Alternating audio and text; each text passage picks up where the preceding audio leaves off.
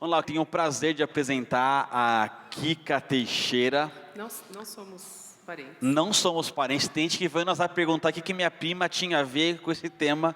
A gente só tem o sobrenome em comum, né?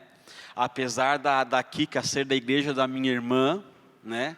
A filha dela tem o mesmo nome da minha irmã, é Bia Teixeira também, né? Mas é só isso que a gente tem em comum. E alguns até ficaram preocupados quando me perguntaram, eu mandei o canal do Instagram dela, vindo que estava lá, Ivanice Cardoso. Eu falei assim, Bruno, você mandou o canal da menina errada. Não mandei.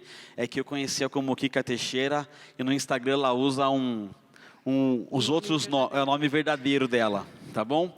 Eu tive o prazer de conhecer a Kika no começo desse ano. Eu estava num congresso sobre ministério infantil, do Geração Elo. Os meus voluntários do GC vão conhecer, que é o pessoal que fez um congresso no último sábado.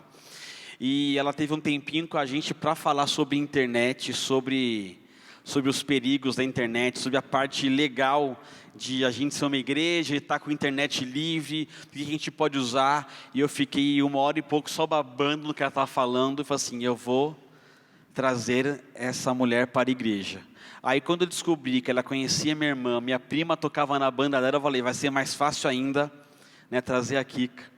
E aí eu espero que a gente tenha uma noite bem legal com ela hoje. Ela vai ter um tempo para decorrer sobre o assunto, tá bom? E depois a gente vai ter um tempo para perguntas. Se você já tem o meu WhatsApp, tá bom? Se você já tem, enquanto ela está falando, você pode me mandando as perguntas por WhatsApp, que depois eu leio, tá bom? Você pode me mandar ou no particular, ou no grupo de pais. Você está no grupo de pais, eu vou liberar daqui um pouquinho para você poder escrever lá, e você pode mandar as perguntas. Eu sei que tem pais que já são do GF ou da Light. Se vocês têm meu WhatsApp, também me manda pergunta. Se não tem, assim que ela acabar de falar, a gente abre para perguntas, aí eu leio algumas aqui, vocês fazem umas aí, e a gente vai interagindo, tá bom? Então vou passar a palavra para a Kika. Obrigada, Kika, bem-vinda, sinta-se à vontade aqui no nosso meio, pode falar o que quiser que a gente vai ouvir, tá bom? É isso aí. Obrigada, gente, por me receber aqui. É sempre um privilégio e uma honra conversar com pais e mães. Pensando nessa geração, eu tive a honra de conhecer tanto o Bruno quanto o pessoal da Geração Elo ano passado, e várias portas que Deus vai abrindo para a gente poder falar daquilo que eu já falo. Vou contar um pouquinho quem eu sou. A única coisa que eu queria dizer para vocês antes é que, gente, não vale a pena tentar botar fogo na casa. Tentar botar fogo na casa, você vai ter que apagar, e acontece isso. Por isso que eu estou aqui sentadona na folga, né? Eu sou advogada. Por isso que meu Instagram é doutora Ivanice Cardoso, porque a OAB não me permite ser chamada de Kika Teixeira. Então, Kika Teixeira é só entre irmãos e entre amigos. Eu sou especialista em direito de imagem. Trabalhei por 14 anos fazendo gestão de carreira de jogadores de futebol, gestão de imagem e carreira de jogadores de futebol. Quando nasceu a minha primeira filha, a Helena, que agora está lá embaixo assistindo um vídeo.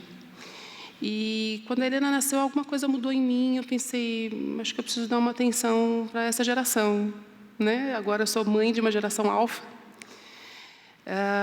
Quando a Bia nasceu, 1 ano e 4 meses depois, alguma coisa chaveou completamente em mim. E aí eu vou explicar um pouquinho por que chaveou e por que eu direcionei a minha carreira para o direito de imagem e segurança no comportamento digital, que é a minha especialização. Também sou advogada atuante em direito de família, mas o meu foco hoje, meu negócio principal, tenho um escritório de advocacia e tenho uma consultoria, que é a Digital Mais Legal, e a gente se dedica a fazer orientação, conscientização para a conexão segura e produtiva e responsável de famílias e de escolas dentro de ambientes digitais. Essa consultoria tem quase 5 anos. E em um determinado momento da construção da consultoria, quando ela estava começando a expandir, a gente estava começando então a abrir mais frentes de trabalho nas escolas, principalmente escolas privadas de classe A, B, AA. alguma coisa mexeu comigo e eu pensei, ué, mas a gente não está falando sobre esse assunto dentro da igreja. E depois de alguns meses, eu conversei com alguns líderes de Ministério Infantil, Ministério de Crianças, e eles disseram, pois é, a gente realmente não está falando sobre esse assunto dentro da igreja da forma como nós deveríamos falar.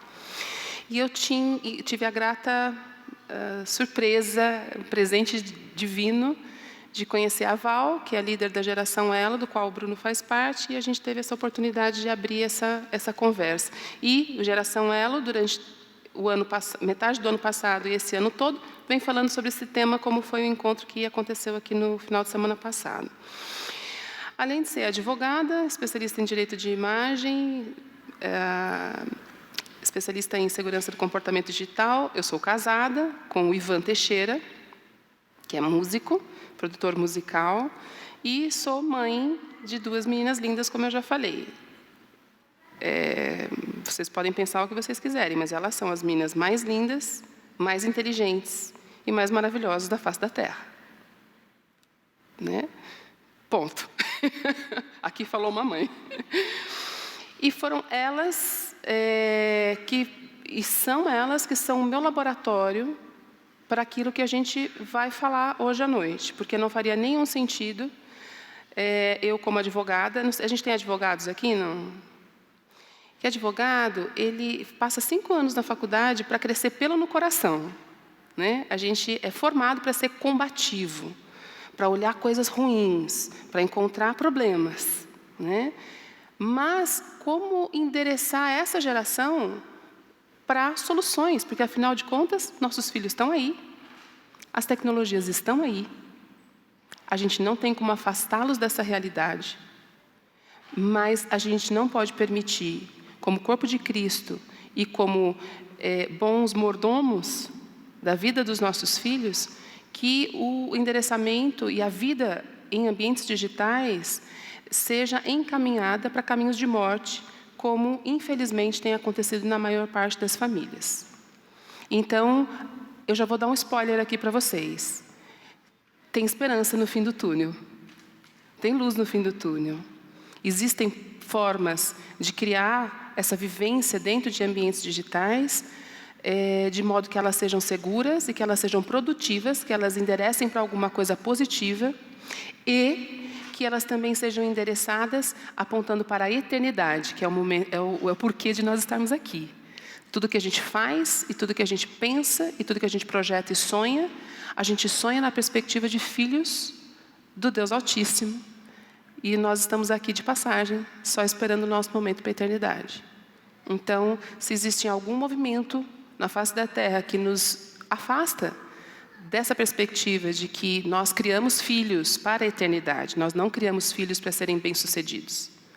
Nós criamos filhos para a eternidade. Se eles entenderem a eternidade, eles serão bem-sucedidos. E eu estou querendo trazer um pouco de ênfase para isso, em relação à eternidade, porque, graças a Deus, estou conversando com vocês dentro de uma igreja, e aí, então, a gente pode desvendar o porquê que é tão importante falar sobre esse tema.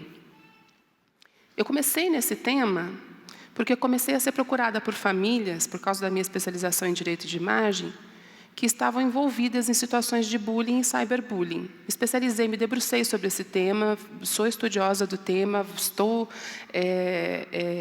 ainda estudando muito esse tema. Se Deus quiser, ano que vem começo um mestrado fora do país, para entender um pouco os efeitos do digital dentro do comportamento agressivo. Mas as famílias que chegavam ao meu escritório de advocacia chegavam arrebentadas. Esse é um quadro, perfil. São mais ou menos 6 meses de processo de destruição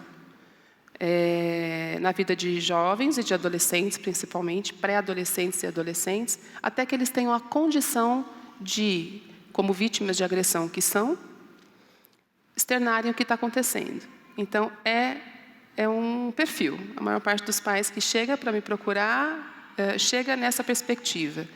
Fiquei descobrindo agora que meu filho é vítima de cyberbullying há 4 meses, há 5 meses, que passou a ser vítima de ameaça de morte através de WhatsApp. Colégios AAA, colégios AA, colégios internacionais como o que tem aqui. Basta colocar um punhado de adolescentes juntos para você ver uma panela de pressão surgir, né? E, nesse momento de profunda distração que a gente vive, nós somos o tempo todo atraídos por várias atrações, né? Como é difícil a gente se manter centrado, realmente concentrado em coisas na vida, porque a nossa mente, dos últimos 7, 8 anos, ela tem sido programada para se comunicar nessa perspectiva. Eu falar com vocês e vocês estarem no celular aqui. Eu estou feliz, porque olha, eu falei... não contei aqui, mas acho que eu já estou falando uns 10 minutos e vocês não mexeram no celular. Então, isso já é uma vitória. Mas a nossa mente vem sendo programada para isso, porque assim a vida é. E essa é uma das narrativas que a gente vai derrubar aqui, porque, na verdade, a vida é da forma como Deus pensou a vida para nós e como nós desejamos vivê-la ao lado do Senhor, né? Então, eu vou fazer uma leitura de um texto, acho que ninguém estava preparado para trazer Bíblia, mas eu vou ler na mensagem, que eu acho que é bem objetiva esse texto, e eu queria que vocês me acompanhassem. A gente vai ler Mateus 5, 13 e 16, porque, afinal de contas, como eu já falei aqui, todo mundo usa. Quem aqui não usa a internet?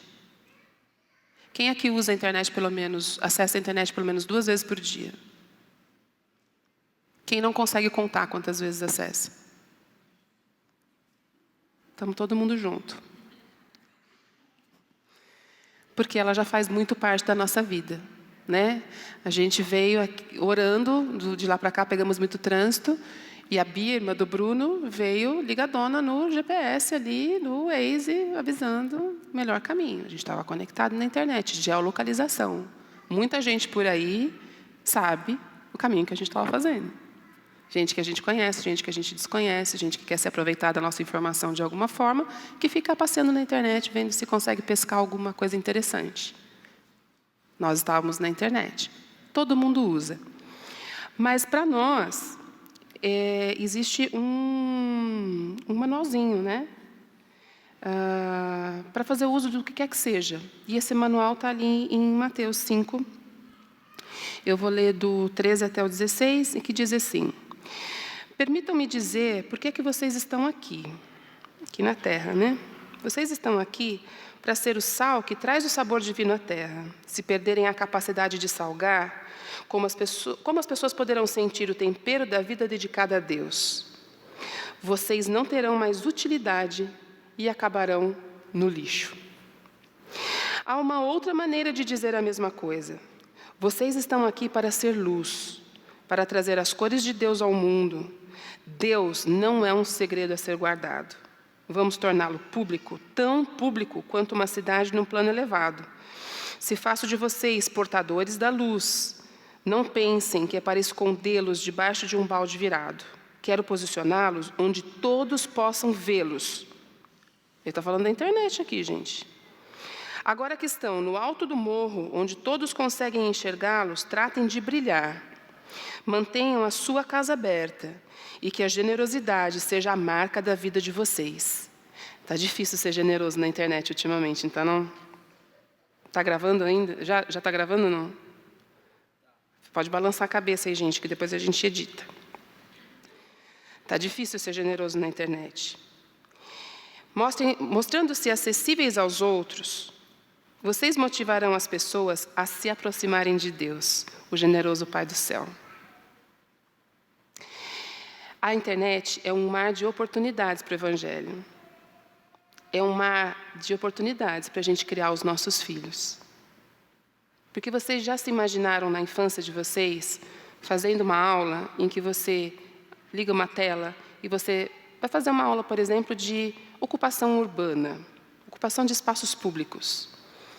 E aí você liga a tela e fala, vamos nos conectar com uma câmera que está na esquina mais movimentada do mundo, onde existe o maior tráfego de pedestres por abertura de sinal.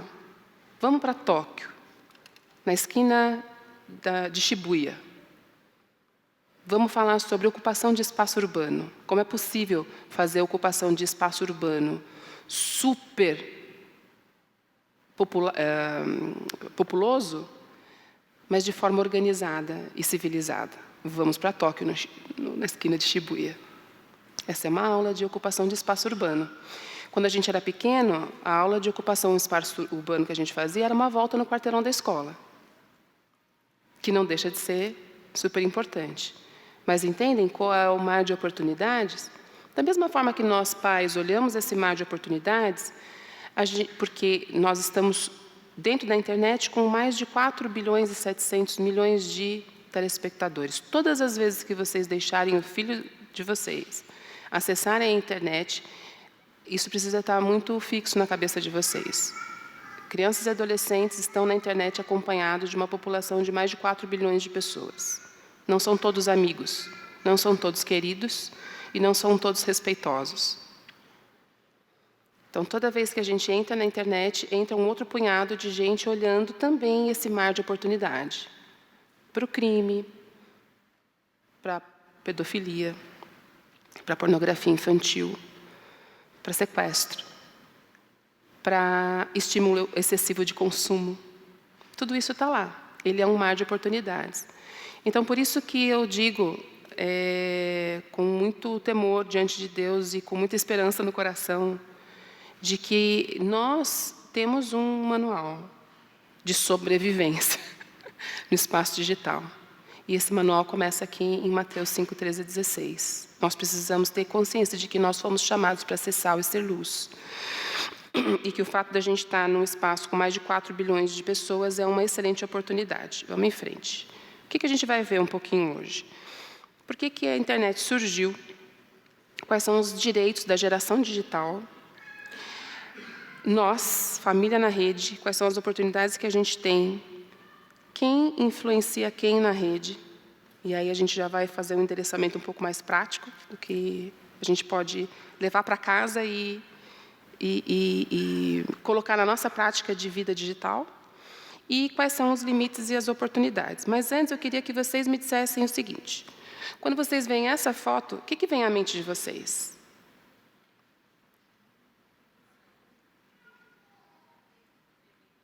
Um pai com filho, proteção. Quem mais? Família. Seguir os passos. Essa foto é uma foto que me foi presenteada por uma professora minha ucraniana. Eu tive o privilégio de fazer um treinamento num instituto no Havaí, chamado Instituto Hagai. E ela, fotógrafa, estava mostrando algumas fotos. E eu falei, Maia, me dá essa foto, porque essa foto define a internet. A primeira vez que eu bati o olho nessa foto, a primeira coisa que veio à minha cabeça foi conexões. Aquela coisinha de ajeitar o pé assim. Eu estou num lugar que não é tão confortável para a criança. Geralmente a criança sente um pouco de desconforto quando experimenta, né, a areia. Mas eu estou com o meu pé em cima do pé do meu pai. E a gente sabe que é um pé de pai porque não tem esmalte, né, gente? Não está bem. Faltou um podólogo aqui. Provavelmente um pé de um pai russo. Conexões. A internet foi criada com esse objetivo. A internet, no protocolo que nós conhecemos, ela foi criada para conectar pessoas entre academias, entre universidades norte-americanas. Ela foi experimentada no Pentágono. Quase tudo que a gente conhece de tecnologia que a gente vive hoje passou pelo Pentágono em algum momento nos Estados Unidos. Ela foi experimentada no Pentágono. O Pentágono criou um protocolo de comunicação que pouca gente acessa, mas a molecada ama acessar, que é Deep Web, que é o protocolo, a partir do navegador Tor, que é uma camada um pouco mais... Quem conhece Deep Web aqui? A Deep Web tem coisas muito legais, muito interessantes, mas ela também tem tráfico humano, tráfico de órgãos, venda de entorpecente, muita pedofilia rolando, muita bizarrice. Então, quando o Pentágono criou a internet, um protocolo de comunicação, eles decidiram criar esse protocolo mais simples, que é o protocolo Tor, que é o navegador Tor. A internet veio, então, para nós, pobres mortais, a partir dessa experiência entre universidades, porque eles precisavam trocar informações entre as universidades, e, naquele momento, uma lista de e-mails existentes no mundo cabia num caderno. Então, quem precisava falar com alguém numa universidade X, lá nos Estados Unidos, procurava no caderno e falava, o e-mail do fulano é esse aqui. Ele ia lá. Hoje, praticamente impossível, né? Dentro dessa perspectiva, somos mais de 4 bilhões e 700 milhões de usuários conectados todos os dias. No Brasil, já somos mais de 73% da população conectada na internet pelo menos 2 vezes por dia. E mais para frente vocês vão ver como é que as crianças estão se conectando. Então, a ideia da internet, ela surge a partir desse desejo, e popularizada pelo e-mail, de criar conexões. Por quê? Porque Deus nos criou assim. Nós somos seres relacionais. Tudo que nos apontar para criar relacionamentos, para sociabilização, para criar vínculos, mexe com a gente, não mexe? A gente vai para uma churrascada entre amigos, mesmo que a carne seja ruim, porque a gente está entre amigos. Deus plantou em nós o desejo de sermos relacionais. E a internet virou essa explosão, principalmente através de redes sociais, justamente por causa disso. Porque quando a gente fala de internet, a gente não está falando de tecnologia. A gente está falando de comportamento humano. A gente está falando de sociólogos, bibliotecários, historiadores, antropólogos. São eles que constroem a internet. Depois os tecnólogos vão e dão corpo para essa ideia. Mas estamos falando basicamente de comportamento humano. E é óbvio que aquilo que mexe com a nossa ancestralidade, como o desejo de relacionamento, de criar laços, ele vai nos levar sem que a gente questione muito. Porque isso está em nós, então a gente vai. E assim são os nossos filhos. Assim é com eles também. Se existe uma possibilidade de criar mais conexões, ainda que você seja pai daquele adolescente que diz que não quer sair, quer ficar no quarto o tempo todo jogando videogame, ele está jogando videogame online com outras pessoas, ele está buscando alguma forma de conexão. Senão ele faria um game sozinho, isolado, desconectado, desplugado. Não, ele quer jogar online, ele quer competir, ele quer conversar, ele quer xingar, ele quer extravasar dentro daquele espaço. Então, a gente está ali para buscar conexões. E a internet, hoje, ela tem algumas características que vocês vão se identificar rapidamente. Primeiro, ela nos domina. Muitas das nossas decisões são pautadas por aquilo que a gente vê na internet, inclusive fake news. Por quê? Porque dentro de nós existe esse desejo ancestral de relacionamento, de conexões, que faz com que a gente não questione muito. Porque, afinal de contas, foi a minha tia que mandou aquela notícia. Ela não mandaria uma notícia mentirosa e maldosa para mim. Ela faria um filtro, né? Antes da internet, isso talvez seria possível. Depois da internet, na verdade, depois do beiral da janela, né? Quando criaram o beiral da janela e que alguém ficava ali mandando a notícia do dia. Você viu o que aconteceu com fulano? Você viu que horas que o marido da ciclana chegou ontem? Chegou, estava cambaleando as pernas ali, não sei não. Depois ouvi uns barulhos, aí fui dormir, porque não tem nada a ver com a vida da família, né? O beiral da janela já foi a grande tela. A internet, como ela foi construída e arquitetada, ela foi pensada. Então, quando eu digo para vocês, não são tecnólogos, não são engenheiros de dados, não são cientistas de dados que fazem a internet. Quem faz a internet são os neuropsicólogos, são os neurologistas, são os profissionais e estudiosos de comportamento humano. Ano passado, eu fiz uma matéria de mestrado na USP, em que tinha 2 pessoas de engenharia. O resto eram todos bibliotecários, Né? Quem aqui sonha que o filho seja bibliotecário? Eu falei, não, meu filho vai ser bibliotecário, porque bibliotecário é a profissão do futuro. Na verdade, a bibliotecário é a profissão do presente, porque a gente tem empresas disputando bibliotecários, ganhando de partida um salário entre 18 e 22 mil reais. Porque eles sabem como ninguém fazer indexação de dados a partir de milhares de livros. Entende? São eles que conhecem muito mais de nós mesmos que constroem esse espaço onde a gente está e os nossos filhos também estão. Por isso que elas nos domina. A internet, ela tem como grande característica fazer com que nós sejamos usuários autocentrados. Quem aqui abre a internet e diz assim, hoje eu estou no Facebook para abençoar. Então, eu vou sair dando bom dia para todo mundo, só uma palavra de bênção. Eu vou postar todos os dias um versículo e vou entrar na timeline das pessoas e vou fazer comentários dizendo, irmão, ser forte, corajoso, tem de bom ânimo. Né? Alguém fez aquele comentário sobre política e você fala, aí faz sentido eu dizer, né? Ser forte, corajoso, ter bom ânimo. Não. A internet, ela nos leva para um uso autocentrado. Primeiro, eu. Depois o resto. Inclusive, depois, os meus filhos. Quem aqui nunca se pegou numa situação em que o filho está mãe, e você ali olhando o celular, não consegue nem ouvir direito o que o filho está falando. Porque você é um mau pai? Você é um pai relapso? Não.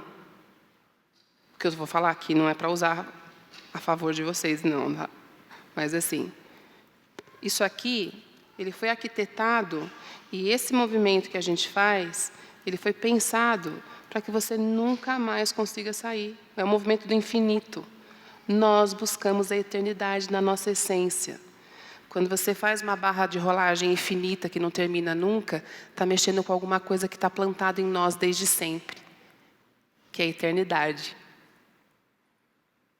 Devia ter algum teólogo ali no meio do Google desenvolvendo isso. Porque quando você se mantém assim, você fala, meu Deus, o céu não chega ao fim nunca. E nós fomos programados para ter começo, meio e fim. Se o fim não chega, a gente não sai. Não foi bem pensado? Então, é um uso autocentrado. A outra coisa é que a internet cria clusters. Ela cria tribos.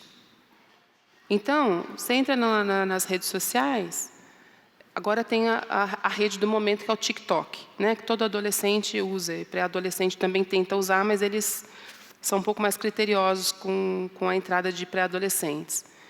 Então, o que dá para fazer no TikTok? Só besteira, gente. Vocês vão entrar lá, só vão ver besteira e muita sensualização. No TikTok, não cabe nem você falar. Você tem que cantar, você tem que ser engraçado, tem que fazer movimento, tem que dançar, tem que ter música. Isso é uma tribo, isso é uma forma de comunicação. É uma construção de narrativa. Lá na 5ª série, o 5º ano do Fundamental 1, a gente não começa a aprender as formas de narrativa através de literatura? Então, essa é uma forma de narrativa. O que fazem os adolescentes? Tem algum adolescente no Facebook? Não, o Facebook é coisa de 50 a mais. Né? Os 30 a mais estão no Instagram. E os abaixo disso estão no TikTok, gente. Sumiu todo mundo. Está todo mundo lá. Você vai construindo narrativas. Por que o Instagram pega tão perfeitamente para pessoas 30 a mais? Eu não estou falando aleatoriamente, não. Isso faz parte disso tudo. Porque com 30 anos você começa a ver ruga no rosto. Você começa a questionar a sua virilidade, sua força, sua vivacidade. E o Instagram é um espaço assim. O Instagram é um grande exemplo disso que eu falei agora, da barra de rolagem infinita, porque por causa de vários processos que eles estão sofrendo nos Estados Unidos, eles precisaram colocar uma linha de corte. Não precisa levantar a mão, porque eu não quero constranger ninguém, mas já aconteceu comigo várias vezes. Estou ali no Instagram, nem sei por que eu estou. E aí entra uma linha, e ele fala assim, você já viu todas as novidades por hoje? Só faltou assim, pode desligar e fazer alguma coisa útil. Né? Mas por que ele colocou isso? porque ele começou a sofrer processo. Porque as pessoas não conseguiam se desconectar daqueles padrões de beleza que levam a um nível de ansiedade, porque ninguém chega a um padrão de beleza todo dia no Instagram. Não dá. A gente perde meio dia se maquiando, fazendo cabelo, e o resto do dia faz o quê? Tira a maquiagem, né? E agora todas as maquiadoras estão ensinando como tirar a maquiagem, porque ficaram tanto tempo mostrando como fazer a maquiagem. Então, ela cria clusters, naturalmente. Aí você fala, poxa, agora que eu saquei, por que todo mundo fugiu do Facebook, só tem tia e vó no Facebook. E eu, porque quem trabalha com rede social tem que estar lá. Essa não está mais, sumiu todo mundo. Clusters. Clusters também para falar sobre temas. Né? Agora você quer buscar alguma coisa, o que você faz na internet? Você não dá mais um Google. Você vai na rede social e coloca um hashtag. Hashtag organização da casa. Eu descobri que existem mais de 30 formas de limpar uma pia de banheiro. Porque eu coloquei hashtag organização da casa. Né? Eu sigo 2 moças que são daqui de Vinhedo, que elas ganham uma grana. Elas montaram uma casa, construíram uma casa para falar sobre a organização da casa. E elas estão ali. Então você vai procurando, o hashtag nada mais é do que essas tribos. E muita informação, a gente tem informação pra caramba na internet e pouquíssimo conhecimento. Por quê? Para a gente chegar numa fase de conhecimento, a gente tem etapas que o nosso cérebro exige de nós. Então, você vai conversar com uma criança hoje, ela sabe várias coisas, mas não consegue se aprofundar em absolutamente nada. Porque essa é a arquitetura de dados. Vocês imaginem não sei se vocês já tiveram essa reação, de entrar num post no Facebook, e aí você olha e fala assim, tem 177 comentários. Ah, tchau, não vou ver isso não. 177 comentários? Você ficou chato pra caramba. O que aconteceu? Aquele post, por algum motivo, teve uma discussão aprofundada. E isso tira o nosso interesse, porque a gente não quer discussão aprofundada. Tudo que acontece na internet é superficial, é amplo e superficial. Porque se sendo superficial, a gente já perde boa parte da vida ali, imagina se ele fosse profundo. A gente não tinha mais vida. Né? Essa é a dinâmica de desenvolvimento e de sustentação desse negócio chamado rede social. Que não é a única forma de convivência na internet, mas é a mais popular. E aí, eu vou passar rapidamente sobre, apesar de ser advogada e estar muito aqui para falar com enfoque jurídico, tudo que eu for falar tem uma pincelada daquilo que é o direito de crianças e adolescentes dentro da internet. Quem aqui já foi na Praça da Sé, em São Paulo? Quem aqui ficaria confortável em deixar o seu filho na Praça da Sé hoje? 15 anos. Ninguém. Os nossos filhos estão numa praça, numa rua infinita. Quando eles estão na internet, eles estão numa rua infinita. Muito mais que apresente, não perigosa, mas assim, que apresente alguns riscos muito superiores ao que aconteceria na Praça da Sé. Porque na Praça da Sé, por exemplo, ninguém vai encontrar o seu filho todos os dias ali para construir um relacionamento com ele, para então dar um bote de assédio. Na internet isso acontece a todo instante. A todo momento. Né? Crianças que foram super orientadas chegam no meu escritório e o pai, a primeira coisa que o pai disse, eu falei que não era para falar com estranhos. Eu avisei que não era para falar com estranhos. Mas aquela pessoa que chega com uma conversa muito atrativa não é estranha. Depois da 4ª e 5ª conversa, ela é mais íntima do que os próprios pais daquela criança. Porque, afinal de contas, com essa pessoa, a criança pode falar qualquer coisa sem ser julgada. Conversa comigo, porque eu sou seu amigo. Seu pai tem muita coisa para fazer, sua mãe tem muitas atividades para fazer. Mas eu estou aqui, ao seu dispor. São gotinhas que ela vai... E por que eu estou dizendo isso? Porque um dos princípios que a gente precisa ter em mente é que tudo que acontece na internet é regido por leis próprias para a internet, ou leis que não tenham sido criadas exclusivamente para a internet, mas que orientem comportamentos.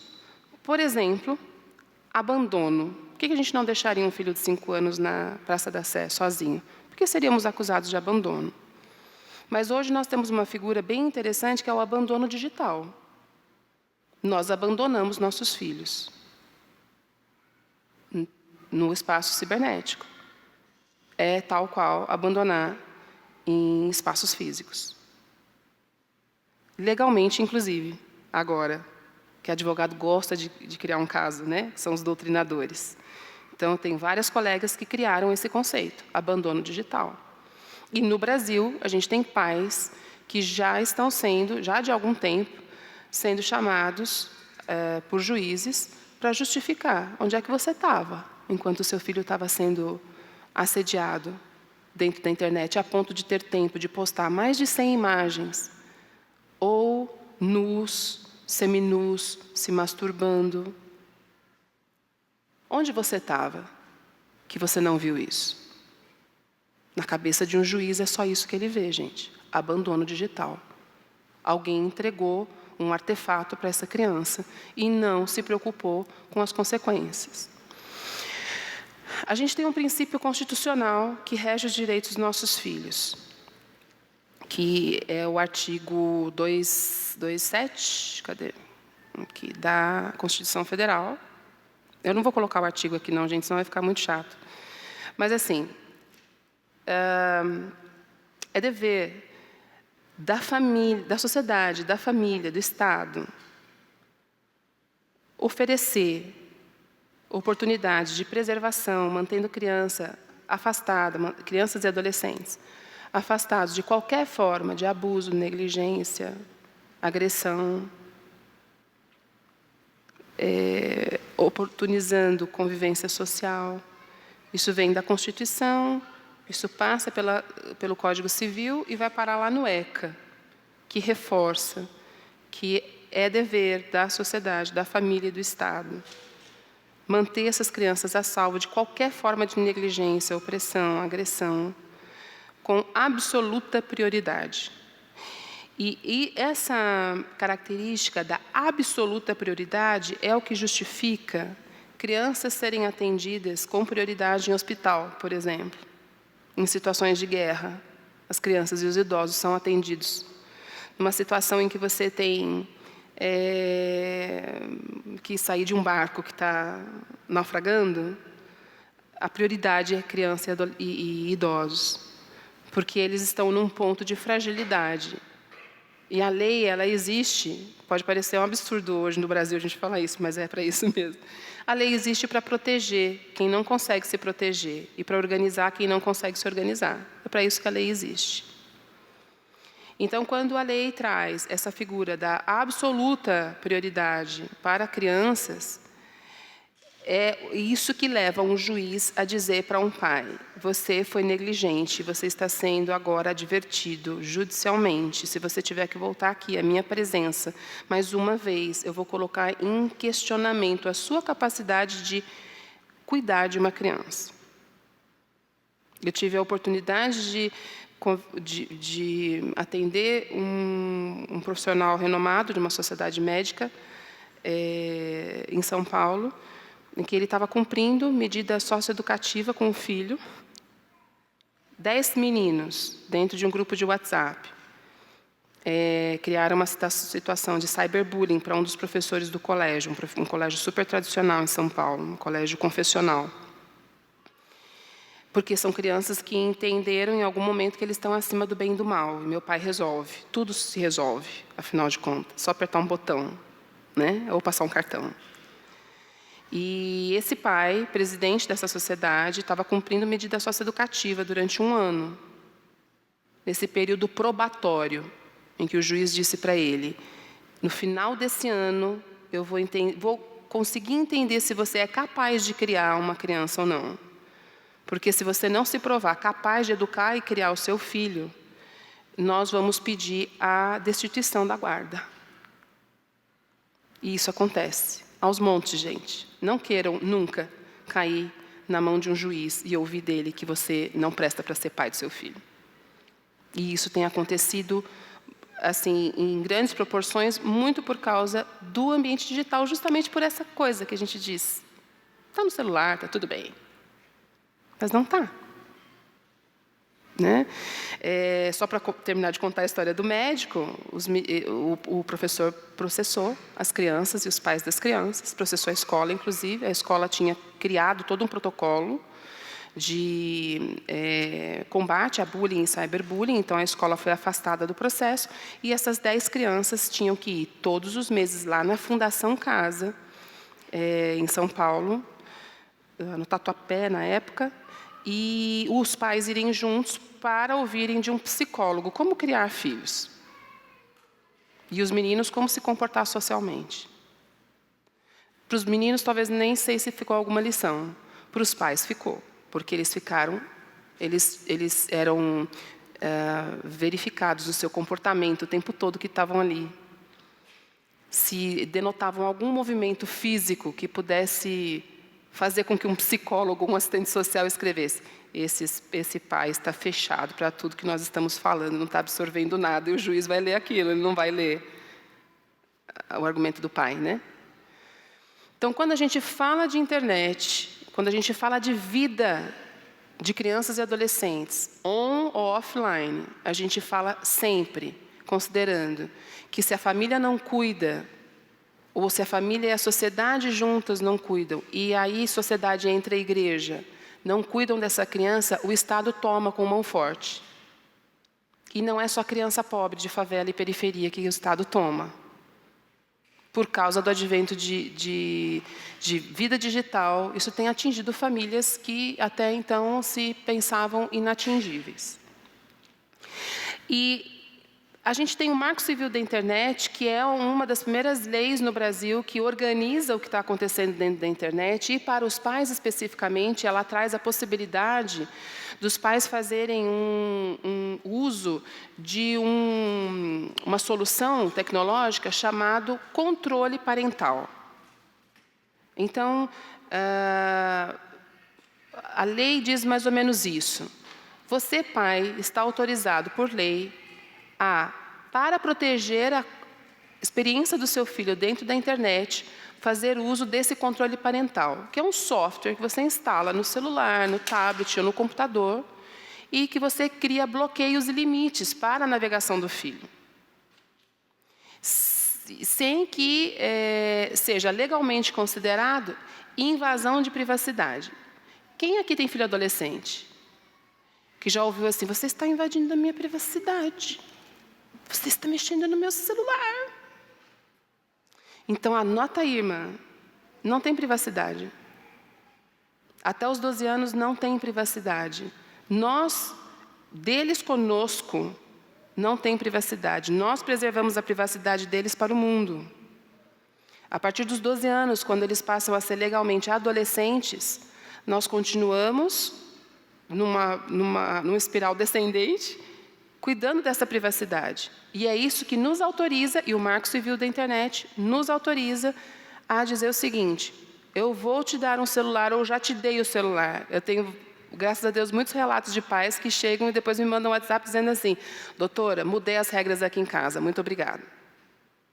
Mas ele tem 14 anos, já usa, já tem o próprio celular, já tem isso. Olha, o celular está debaixo de qual CPF?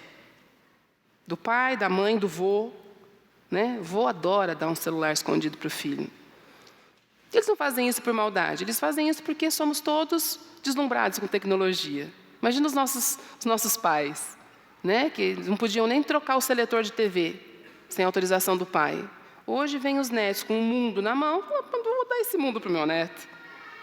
Então não os culpo, mas a gente também tem muitos avós sendo chamados em inquérito em Polícia Federal por envolvimento com pedofilia. E aí, como assim um avô, o pastor, está envolvido num movimento de pedofilia. Ele não produziu nada disso, mas ele deu um celular para o filho, que foi comprado no CPF dele, com um chip que está no CPF dele, em que o filho vai ao banheiro e faz nudes, tira foto do seu órgão genital e manda por aí. Transmissão, armazenamento, produção de nus ou seminus de crianças e adolescentes é pedofilia. Não tem outro nome. Então, é isso que nos autoriza a dizer assim, deixa eu fazer uma varredura no seu celular. Esse conceito de privacidade, eu te entrego um negócio que te conecta com o mundo inteiro. E eu preciso, como responsável pela tua vida, diante de Deus e diante dos homens, saber com que mundo que você anda conversando. Para ir balizando e te organizando. Até você fazer 18 anos, pagar as tuas contas e decidir com quem você quer viver, quer conversar e como é que você quer viver. Até lá, a responsabilidade é dos pais. Não a responsabilidade penal, mas a responsabilidade civil. Né? Tem os pais aí se descabelando porque estão sendo processados e vão ser sentenciados, né, a pagar a indenização por bullying, por assédio, por crimes que são cometidos dentro da internet pelos seus próprios filhos, seja através do WhatsApp, do Facebook, enfim, qualquer meio cibernético. Então, é a minha responsabilidade. E o Marco Civil trouxe isso, porque o Estatuto da Criança e do Adolescente diz que a privacidade tem que ser preservada. Mas aí vem o Marco Civil da Internet e diz, ela é preservada, porém, em ambientes cibernéticos, os pais têm essa autorização legal para fazer essa varredura. E aí a LGPD, que é a Lei Geral de Proteção de Dados, vocês vão ouvir muito falar a respeito disso. Todo mundo vai ficar recebendo atualização de termos de uso e política de privacidade de todos os aplicativos que vocês usam, porque a partir de agosto do ano que vem, se alguém quiser usar o seu número de CPF, ele vai ter que te pedir 1000 vezes e certificar de que você sabe que ele vai usar o número do seu CPF. Para que ele vai usar o número do CPF? Eu atendo escolas, e as escolas estão fazendo um estudo, as que estão adiantadas, né, nessa questão, estão fazendo estudos muito profundos. Quais dados nós precisamos das crianças? Porque dados de criança dentro da internet é ouro para a criminalidade. Então, com o advento da Lei Geral de Proteção de Dados, você ter um dado que não está justificado pelo seu negócio pode ser mal visto. E aquilo que é mal visto pode gerar um processo. E ninguém quer ser processado, né? Então, mais ou menos são esses os direitos. Por que a gente fala da proteção da criança com absoluta autoridade? Porque esse é um cérebro em desenvolvimento até os 20 anos. Não entrem em pânico, porque os 20 anos chegam. Mas vocês veem que o desenvolvimento, que é essa marca mais azulada, quando a gente olha, por exemplo, 16 anos, gente, 16 anos o rapaz pode até votar. Mas ainda tem muito chão de desenvolvimento cerebral e cognitivo, né, sendo aperfeiçoado a partir dos 12, 13 anos. Até os 12, 13 anos, a gente vem num processo, não sei se vocês já fizeram algum curso ou leram a respeito de neuroplasticidade cerebral e desenvolvimento, desenvolvimento neurológico, em que a gente vem desenvolvendo o nosso cérebro daqui para cá, né, até chegar aqui. Então, até que chegue aqui, no córtex, a gente é muito mais animal do que humano. Isso justifica, por exemplo, uma criança de 9 anos, numa situação de raiva, jogar uma faca na outra. Porque a gente está muito mais no instinto animal, porque isso está sendo desenvolvido, do que humano. Com 12 anos, a criança ainda não tem total percepção de riscos. Então, quando você chega para uma criança que está há 6 meses mandando nudes e vários vídeos e fotos comprometedoras, entregando dados da família para criminosos dentro da internet, você fala, mas você não sabia que estava fazendo alguma coisa errada?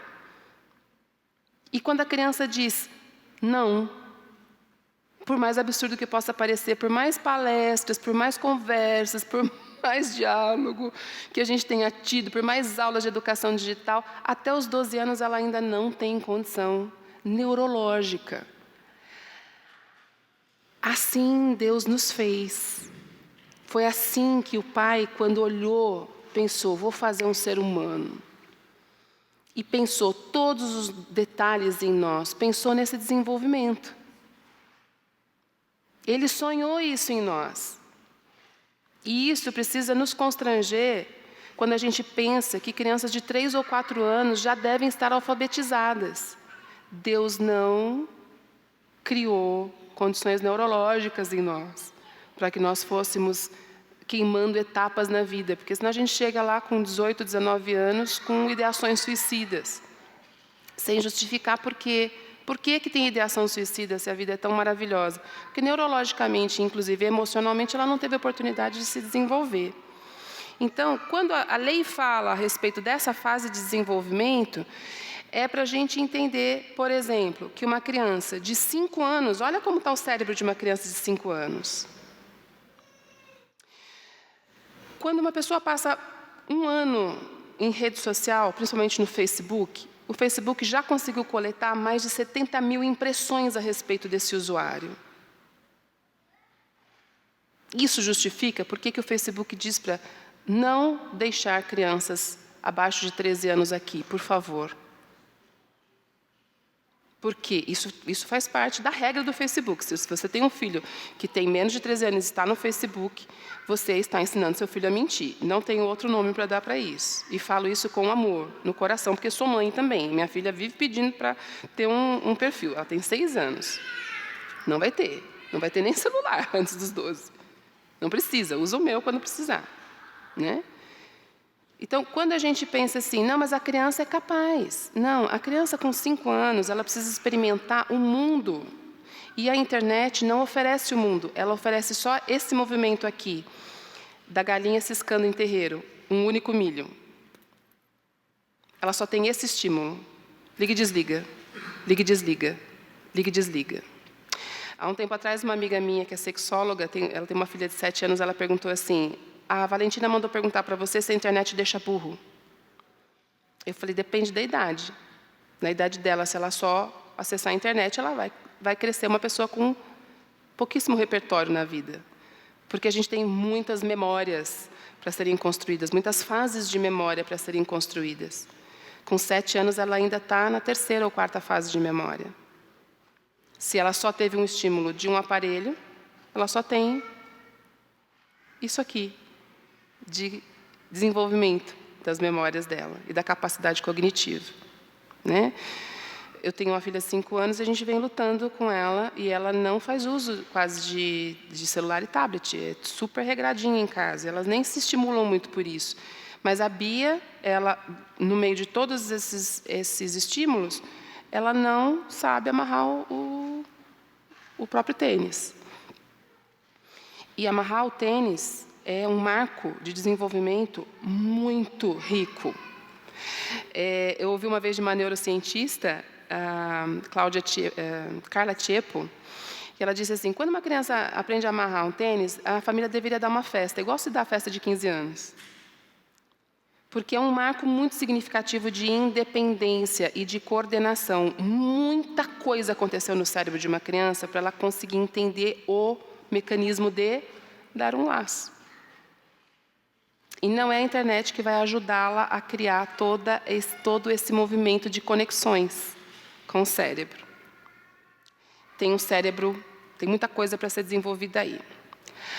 As famílias e tecnologias, elas podem conviver super bem e terem um endereçamento produtivo, como eu falei para vocês aqui no começo.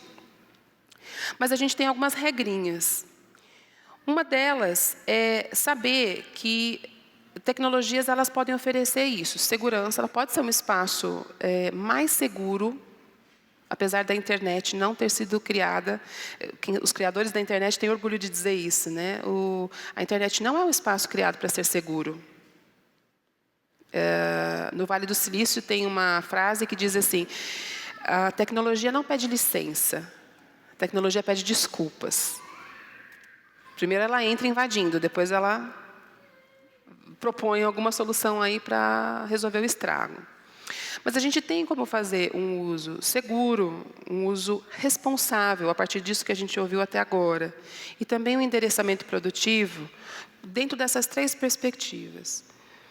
De que quando nós lidamos com a educação de filhos, mais ainda dentro de ambientes digitais, a gente precisa ter um comportamento diligente. Então, antes de abrir um aplicativo para uma criança, a gente precisa entender o que aquele aplicativo oferece e o que ele vai levar da criança. Vai levar de dados, de impressões. Lá no meu canal do YouTube tem um vídeo, um dos vídeos que a gente tem um pouco mais de visualização, que fala sobre os smart toys, que são aqueles brinquedos inteligentes, né? Robozinhos, bonecas que conversam com a criança e tal. Esse tipo de brinquedo, por exemplo, ele leva um mundo de informação da criança. Leva a voz, alguns fazem leitura de íris, levam a conversa da casa. Eles são criados para serem amigos das crianças, a ponto das crianças entenderem que a voz desse brinquedo tem muito mais autoridade sobre a vida deles, por causa da conexão emocional que cria, da afetividade que é desenvolvida entre a criança e o brinquedo, do que com os pais, né? Então, quando a gente faz uso de ambientes digitais, a gente precisa ter essa diligência. Antes de te entregar o celular, a gente precisa estabelecer algumas regras aqui. Vamos conversar sobre essas regras? Mas, Kika, conversar, você não é mãe de adolescente, você não sabe o que você está falando quando você diz para conversar com um adolescente. A questão é que é melhor conversar em casa e criar essa regra já de partida do que sentar na minha mesa, procurando a minha assessoria jurídica. Porque eu até posso ajudar a resolver questões jurídicas, mas o estrago emocional que foi feito na família, toda a quebra de confiança, tudo que foi levado, isso dificilmente vai ser reconstruído. Por mais amorosos que os pais sejam, a criança desenvolve um senso de culpa do qual ela não consegue se afastar.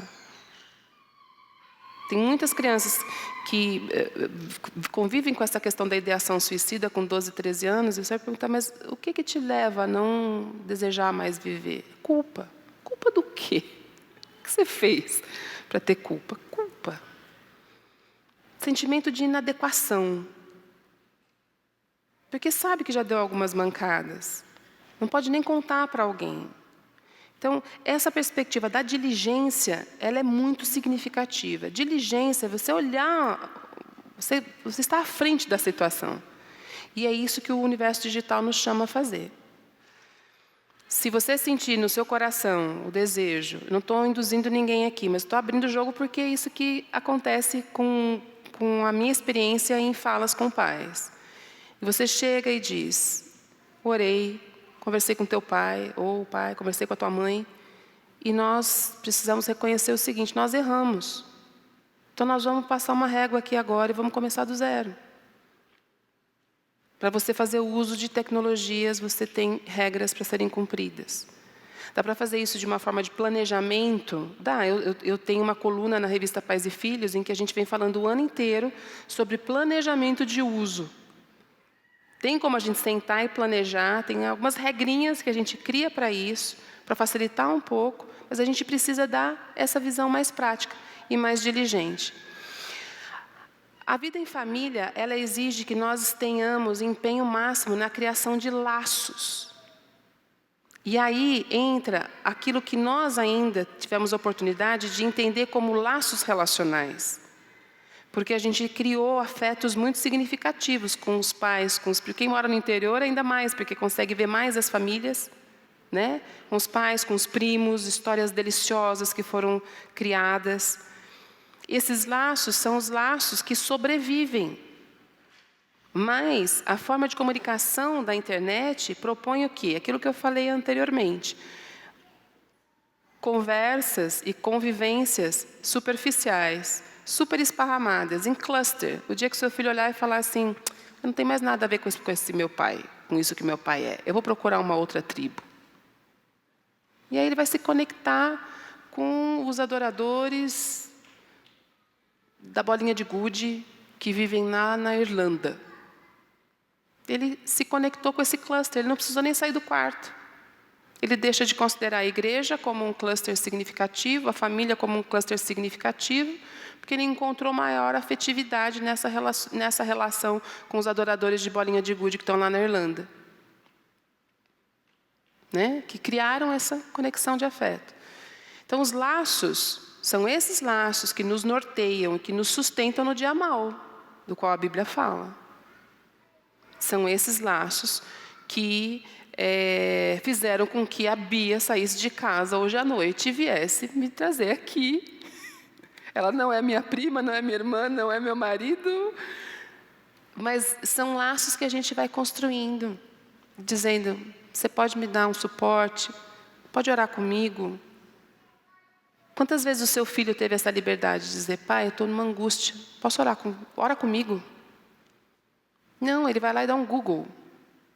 Angústia por mais de 5 dias.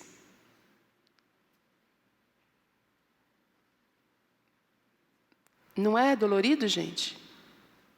Entender que toda essa construção, ela acontece para que a gente se desconecte de nós mesmos. Para que a gente esteja conectado em alguma coisa que a própria indústria decide. Que um bando de garotos de 25 a 30 anos lá no Vale do Silício decidem como a gente vai viver, quais são as nossas predileções, o que a gente vai gostar, o que a gente vai comprar, quem que a gente vai descartar, com quem que a gente vai brigar, quais serão as nossas batalhas. Esses são os laços fracos, que são laços, e isso é estudado cientificamente. Mas nós, como igreja, já temos a resposta para isso. Nós somos unidos por laços de amor. São esses laços que devem nortear os nossos relacionamentos com absolutamente tudo, inclusive com tecnologias.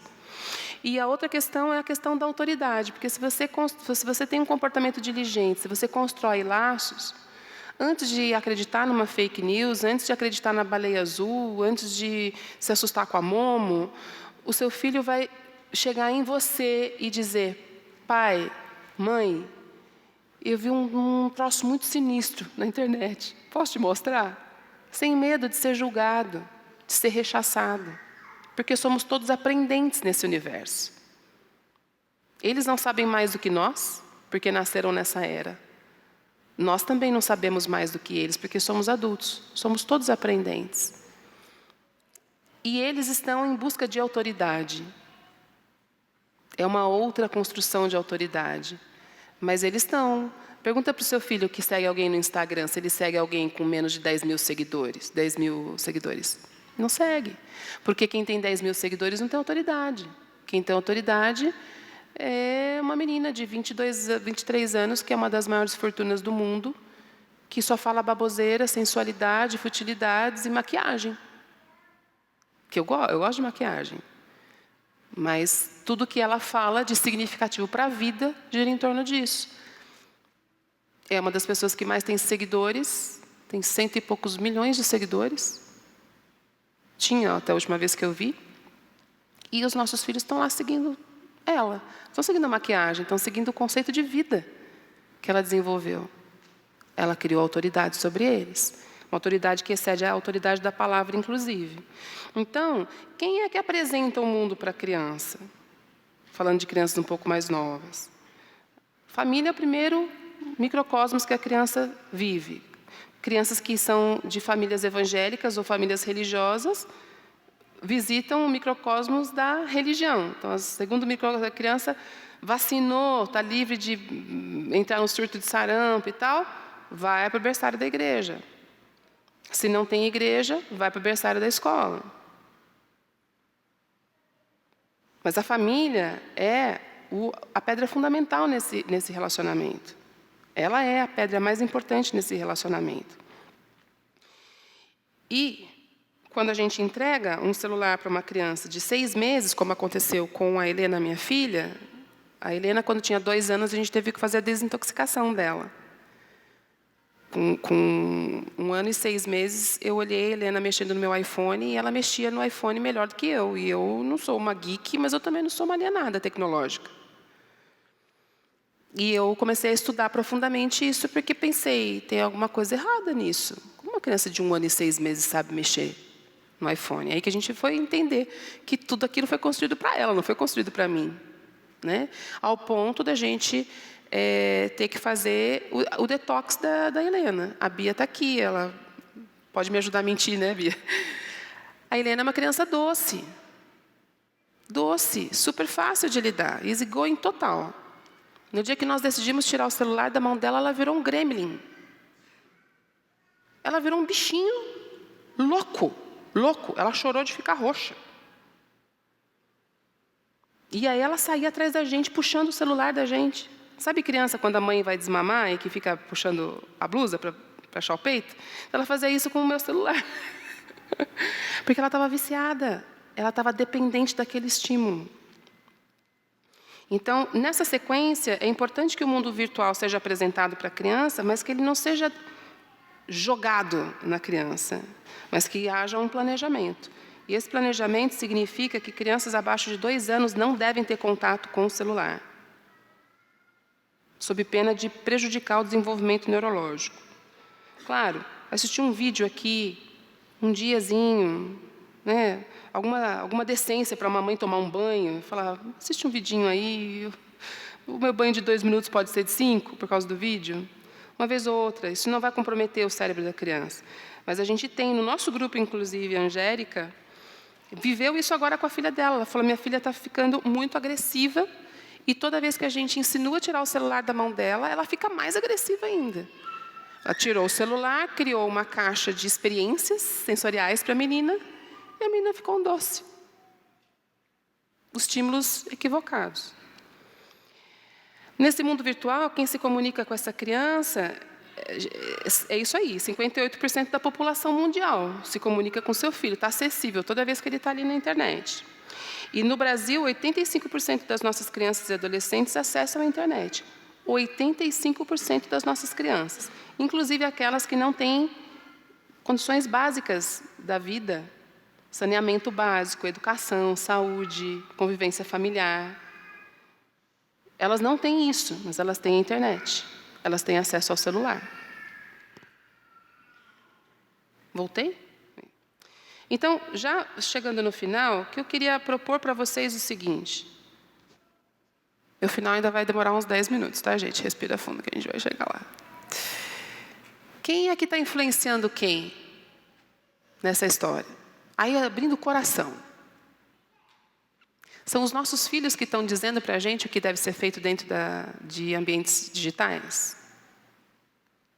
Porque se são eles, dentro daquela capacidade neurológica que a gente viu, né, de não conseguir perceber riscos e fazer uma leitura mais significativa do entorno ali, da vida digital, se são eles que estão influenciando as nossas decisões, a gente tem uma inversão de papel.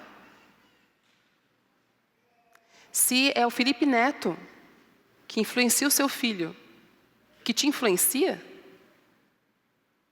tem alguma autoridade dentro da sua casa que deixou de ser autoridade. Porque é o Felipe Neto que está ditando as regras dentro da sua casa. Vocês já tiveram aquela sensação de falar assim, gente, meu filho, uma semana mudou completamente. Mudou completamente. Outra pessoa. No começo do ano, a gente teve essa experiência com a Bia. A Bia ela não é muito ligada com celular e tablet. Tem dias que ela está muito afim, tem dias que ela precisa extravasar energia. E a gente estava de férias, mas eu sou profissional autônomo, sou empresária, tenho meu próprio negócio, meu marido também, então férias para no mútuo, né? E a gente fez uma viagem para Montevidéu em família. E nós combinamos o seguinte, nas manhãs, a gente acorda sem compromisso com o horário, toma um cafezão, volta para o quarto, porque aí as meninas precisam dar o tempo delas irem no banheiro e tal. Então não adianta fazer programação de manhã. E a gente aproveita esse tempo para trabalhar um pouquinho, responder e-mails, atender os clientes e tal. E à tarde, à noite, a gente fica só em família. Tudo bem, fizemos esse acordo. Como é que a gente vai segurar as duas dentro de um quarto de hotel? por 2h30, sem surtarem. Bom, aí a gente faz uma seleção de vídeos e aí a gente abre uma exceção em relação à internet. Tudo bem. E aí eu vi a Bia dizendo para mim assim: mamãe, eu quero, compra uma boneca para mim, essa daqui da Frozen. Não quero mais a Frozen, eu quero a Princesa Helena. Mamãe, eu preciso desse carrinho, mamãe. Assim, do jeito que eu estou dizendo para vocês. Aí, terceiro dia caiu a minha ficha, porque eu sou da época da ficha, né? Caiu a ficha, eu falei: Bia, deixa eu ver o que você está vendo. A Bia estava vendo unboxing. Aquelas crianças que ficam abrindo aqueles presentes eternos, que só elas da internet ganham porque elas são maravilhosas. E aí eu falei para a Bia, você está vendo unboxing? A Helena falou, que é a mais velha, a mais comedida, mas gosta de dedurar a irmã também. Aqui está falando uma caçula magoada com os irmãos mais velhos. E aí ela falou assim: eu falei para ela que nós não podemos ver unboxing. A Bia ficou elétrica, maluca, porque elas não são assim, elas não ficam me pedindo as coisas, porque elas nem assistem muita publicidade. E ela ficou maluca com aquilo. Aquilo influenciou a Bia, porque demorou mais de um mês para ela esquecer tudo aquilo que ela tinha visto. Ela chorou. Você não quer me dar porque você não me ama. A menina tem todas as Baby Alives e eu só tenho uma. Em 3 dias, isso mudou o padrão da Bia. Então, imagina o que o Felipe Neto... Eu estou falando do Felipe Neto porque nós, mães, advogadas na área digital, principalmente, temos uma briga com o Felipe Neto. Aberta, pública. Você não tem oferecido coisas boas para os nossos filhos. Mas vários influencers digitais que estão por aí ditando como nós vamos nos comportar. Nós, adultos. Porque eles dizem para os nossos filhos o que é importante na internet. Nossos filhos, que são nativos digitais, nos dizem o que realmente é importante na internet. E nós, imigrantes digitais, perdidos, olhamos e falamos: tá bom. Se você está falando, você que é o nativo digital, então está falado. Quem é que está realmente influenciando quem? Se a gente tem esse conflito de narrativas, porque a gente tem as narrativas digitais, de tecnologia, que a indústria da tecnologia planta, através das redes, das empresas, e a gente tem as narrativas bíblicas, que estão em conflito. A gente acaba criando um ambiente dentro da nossa casa de cinismo, porque os nossos filhos ouvem de nós e ouvem aqui na igreja quais são os comportamentos e quais são os valores esperados de quem é cidadão do reino, mas percebem em nós comportamentos que vão contra essa cidadania celestial e estão o tempo todo expostos a pessoas que estão ditando regras para eles. E aqui eu trouxe 3 exemplos. A gente pode superexpor os nossos filhos, porque, afinal de contas, as minhas, pelo menos, são as mais lindas, maravilhosas da face da terra. Eu morro de vontade de ficar expondo as minhas filhas. Eu fiz um teste esses dias. Se vocês forem lá no meu Instagram, tem uma foto das 2 abraçadinhas, que era um throwback que eu coloquei ali, que foi o mais curtido e o mais comentado. Eu dou várias dicas de bom comportamento na internet, dicas para os pais, dicas para professores, mas o mais comentado foi o das minhas filhas. Porque as pessoas, afinal de contas, precisam... Revista Contigo, né, migrou para o Instagram. Então, essa superexposição, ela vai contra o conceito de privacidade. Vocês já devem ter ouvido milhares de vezes que privacidade não existe mais. Isso é mentira do diabo. Porque a Bíblia nos chama, eu não sou pastora, ia dar o Bruno para me corrigir e me endereçar. A Bíblia nos chama a buscar o Senhor no privado, do nosso quarto, na solitude, para a gente poder ouvir o Senhor e ter uma conversa de coração aberto. Quando existe uma narrativa que diz que privacidade não existe, está em decadência, não está ofendendo só o meu conhecimento jurídico, mas está ofendendo a minha perspectiva de experiência com Deus. Então, os nossos filhos não vão viver essa experiência com Deus. E vão ficar perdidos em si mesmos. Que quando a gente está perdido em nós mesmos, o que a gente faz? A gente procura o Senhor no cantinho do nosso quarto. Às vezes com um rosto em terra. Senhor, me ouve. Eu estou aqui. Estou de peito aberto. Mas no privado do meu quarto, porque não dá para fazer isso na cozinha, na sala, no palco.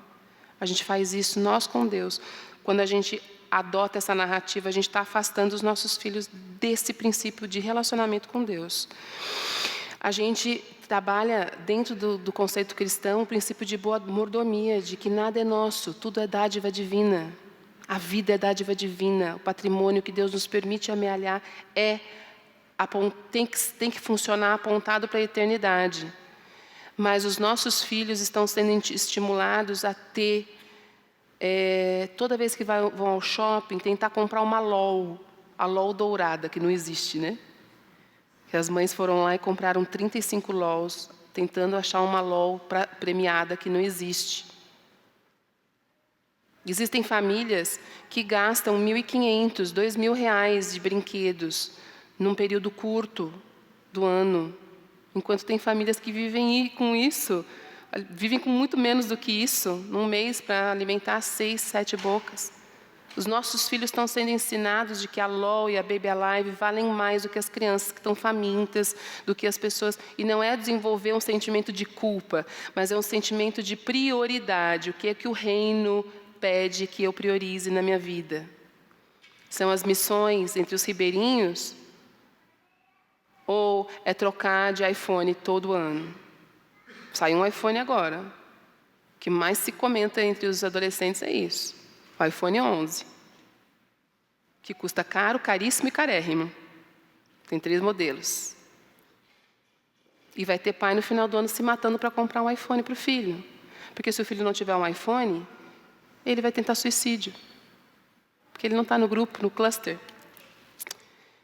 Está muito distante do princípio de boa mordomia, o que a maior parte das narrativas dentro da internet estão propondo. E perseguição e pacificação, que aí vamos falar de nós adultos. Ficou muito fácil a gente rechaçar comportamentos na internet do tipo lixo de gente. Outro dia peguei um post de um pastor dizendo isso. Chamei o pastor no privado e falei, pastor, tem um texto na Bíblia que você conhece mais do que eu e eu estou te ademoestando em amor. Se não funcionar, eu chamo outra pessoa, a gente abre um grupo no WhatsApp. Né? Porque a Bíblia fala para você chamar sozinho, não deu certo, chama outra pessoa, então a gente já abre um grupo no WhatsApp que fica mais fácil. Mas você se referiu a uma mulher como lixo de gente. Você nem conhece a história dessa mulher. E Deus não produziu lixo. Deus nos amou igualmente. Foi por todos nós que Jesus foi para a cruz. Então eu acho que seria minimamente decente você voltar lá e não apagar o seu post, mas se retratar e dizer, eu tive um comportamento no automático aqui, eu queria dizer para vocês que eu não me perdoa e me perdoem, porque Deus não produz lixo. Nós somos produzidos à imagem e semelhança dele. Né? Gentinha, petralhas, bolsominions. O que a gente está fazendo na internet? Né? Eu tenho um amigão que eu falo, nossa, Toninho, seu feed é tão esquizofrênico porque você começa o dia postando um versículo e no final do dia você já está xingando todo mundo. O STJ não vale nada, fecha o STJ, cambada de vagabundo. Eu falei, para você começou o dia tão bem, e aí você foi escorregando no dia. Desliga o seu celular às 9 da manhã e só abre no outro dia. Aí seu testemunho vai ficar ótimo. O que as crianças esperam de nós? Orientação. Que elas estão vendo. Não é só Deus que está vendo, não, gente. As nossas crianças estão vendo a gente no celular o tempo todo. Não buscando comunhão com os irmãos, mas cara a cara. Ai, vou ter que ir naquela reunião na igreja. Ai, saco. Podia resolver isso pelo WhatsApp? Abre um grupo do WhatsApp. Não, tem coisas que a gente precisa resolver no tete-a-tete, já diria minha mãe. As crianças esperam de nós exemplos a seguir, porque eles estão seguindo o Felipe Neto, porque eles não percebem em nós nada de afetivo e significativo.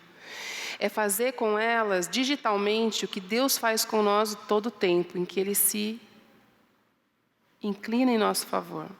Ele vem na nossa direção. E se a gente fizer isso digitalmente também com os filhos, a gente aprende, a gente renova nosso aprendizado todo dia e a gente ensina para eles que eles valem muito mais do que qualquer outra pessoa por aí pode dizer. Por que meninas caem nesse tipo de situação de pornografia infantil e pedofilia? Porque dificilmente elas ouvem todos os dias dos pais: você está linda, filha, mesmo com o rosto cheio de espinha, mesmo banguela, os 2 dentes. Filha, dá um sorriso, aquele buracão, está linda. Você é a menina mais linda que Deus podia me dar como filha. Você é a princesa do Senhor.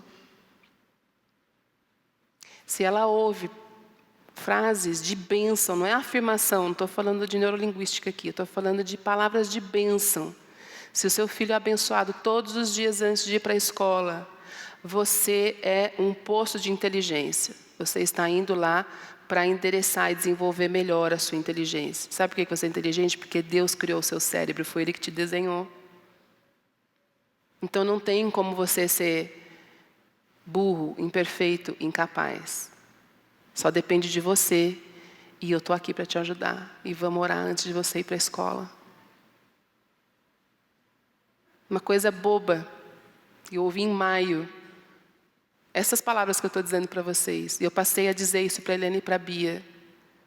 Me abraça, filha, porque o meu dia começa muito melhor quando eu tenho um abraço teu. Eu falo para as duas em momentos diferentes. Eu preparo as duas para ir para a escola em momentos diferentes. Eu preciso do abraço delas. O meu dia ficou melhor mesmo com o abraço delas. E eu vou deixá-las na escola e beijo e digo: filha, o seu dia vai ser o máximo. Sua aula vai ser maravilhosa. Você vai aprender o mundo. Deus abençoe seu dia.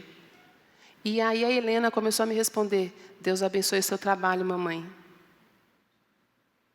Entendeu?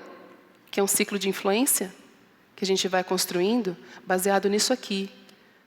Porque Deus nos chama a ser abençoadores, não maldizentes e sufocadores de comportamento de filho. Eles esperam serem crianças, gente. Ser criança. Porque a gente tem 20 anos para desenvolver um repertório para valer para uma vida que a gente espera que chegue até 80. São 6 primeiros anos da criança que tem um mundo para ser experimentado, além da internet. E com isso eu não estou dizendo, chega em casa e quebra o tablet. Não é isso. Mas fazer como essa nossa amiga fez, a Angélica. Criou uma caixa sensorial, cheia de areia, pedrinhas, brinquedos. Ela falou, deixei ali com a filha dela, que tem 1 ano e meio, eu acho.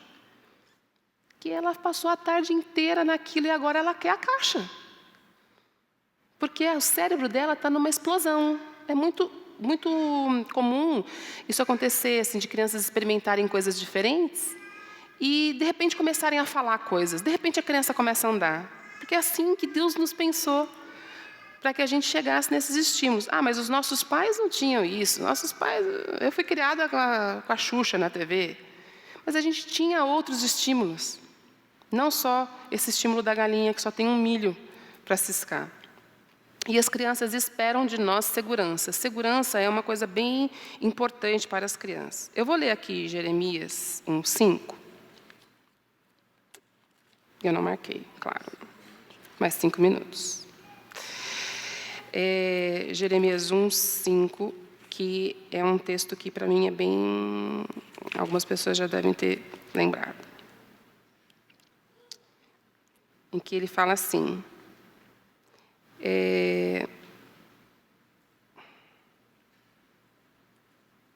Eu achei Jeremias? Foi. Não, estou ali no 5:1, gente, desculpa aí. 1:5. Em que ele diz assim: antes de eu formar você no ventre, eu já sabia tudo a seu respeito. É sensacional isso. Um Google celestial. Antes que você pudesse ver a luz do dia, eu já tinha planos para você. Um profeta às nações era o que eu tinha em mente. A gente não cria profeta às nações ciscando 1 milho de cada vez. Nós somos o 2º país em consumo de internet, mas somos o 32º em oportunidades de e-commerce. A gente está na internet só para consumir e a gente não está produzindo. Essa é uma conta para se pensar. É a internet que está nos usando, não nós usando elas, brasileiros, porque em outros países essa conta é bem invertida. E os pais e os limites no mundo digital, queria que vocês levassem no coração. Se vocês quiserem fotografar, podem fotografar. Não é porque está na internet, gente, que é classificação livre. Tem um menino de 7 anos jogando Fortnite. Fortnite, que é um game, não é feito para crianças de 7 anos. Tem games que são classificados 18+, e que tem meninos jogando 4, 5 horas por dia. E aí o menino entra num processo de agressividade que ninguém entende. Isso você vai entender se você sentar por 1 hora e assistir o que ele está jogando ali. Ou outros vídeos, ou as bizarrices que eu falei para vocês, que às vezes é possível encontrar dentro da Deep Web. Não é porque está na internet que não tem consequências. Lembra que a gente falou das consequências legais lá atrás? Tem consequências para nós e para eles também. E para eles pode ser que hajam consequências eternas. Não na eternidade que nós buscamos, mas enquanto eles estiverem vivos. Porque na internet as coisas não se apagam, elas são perenes, elas só mudam de lugar. Um dia alguém vai lá e encontra. Não é porque está na internet que é seguro. Não é porque está ali sentado no sofá que está seguro, porque está só com um aparelhinho pequenininho na mão. O celular pode ser uma arma fatal na mão de uma criança, literalmente.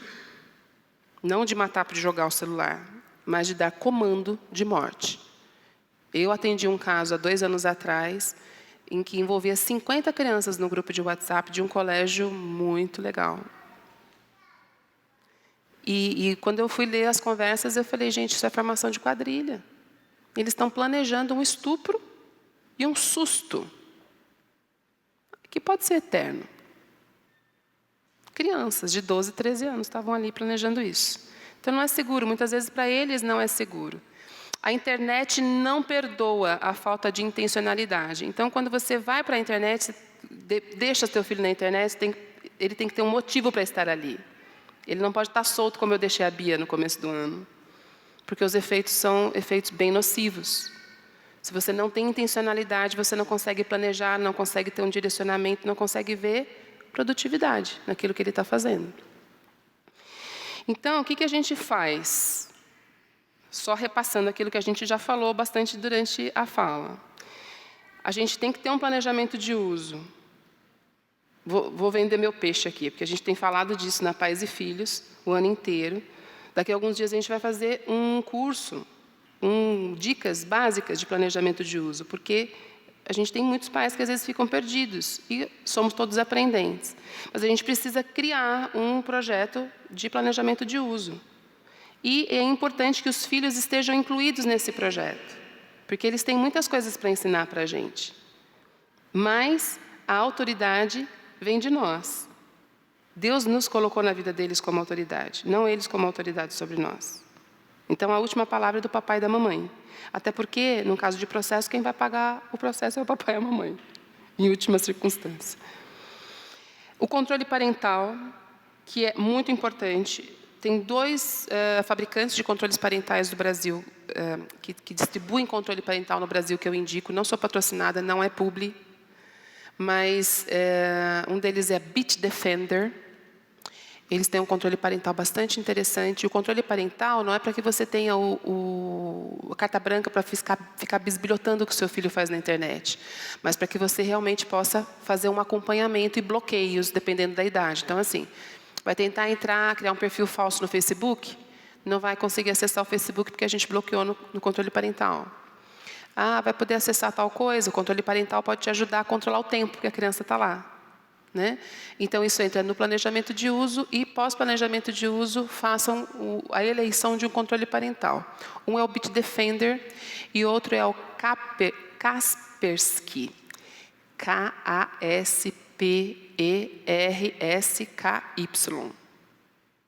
Não me peçam para repetir, porque eu acho que eu não vou saber. Kaspersky. Ele também tem um controle parental que é muito indicado para quem tem filhos adolescentes. Porque alguns controles você consegue criar outras máscaras dentro da internet. Essa é uma questão técnica, não vou me ater a isso. Mas as crianças conseguem burlar, os adolescentes conseguem burlar alguns controles. O da Kaspersky, que é desenvolvido por uma empresa russa, Kaspersky é uma empresa russa, ele coloca um bloqueio também para essa criação dessa máscara. Então, ele é o mais seguro. Talvez não seja o mais barato, mas ele é o mais seguro. E regras claras. Sim, sim, não, não. Crianças, já deu para sacar que elas não permitem. É o gapzinho, é o espaçozinho que ela está esperando para reinar ali. E dizer, não sabe quais são as regras, então eu digo quais são as regras. Engasgou. Né? Então, as regras precisam ser claras. E elas podem ser revistas de tempo em tempo. Se você está percebendo que o seu filho está indo por um caminho ruim, não espere chegar na mesa de um advogado, nem na cadeira na frente de um juiz. Porque ela vai chegar, uma hora ou outra vai chegar. Se não tiver um bom direcionamento, isso vai acabar acontecendo. E um período probatório. O que é isso? O período probatório é o seguinte: estamos renovando os nossos votos de confiança aqui na internet. Vamos criar um planejamento de uso. E você tem acesso e algumas liberdades durante 3 meses. Se nesses 3 meses você der uma mancada, a gente dá um tempo, dá uma pausa. Porque é melhor dar uma pausa assim do que uma pausa sob orientação de uma advogada, dizendo, primeira coisa, desplugue sua filha de todas as redes sociais. Porque ela está sendo xingada e rechaçada ali o tempo todo.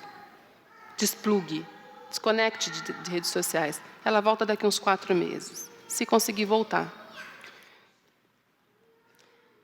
E, por último, fica essa dica para vocês. A gente só consegue criar famílias... tendo famílias diligentes, amorosas e fortalecidas em Cristo, criam esse tipo de cidadão.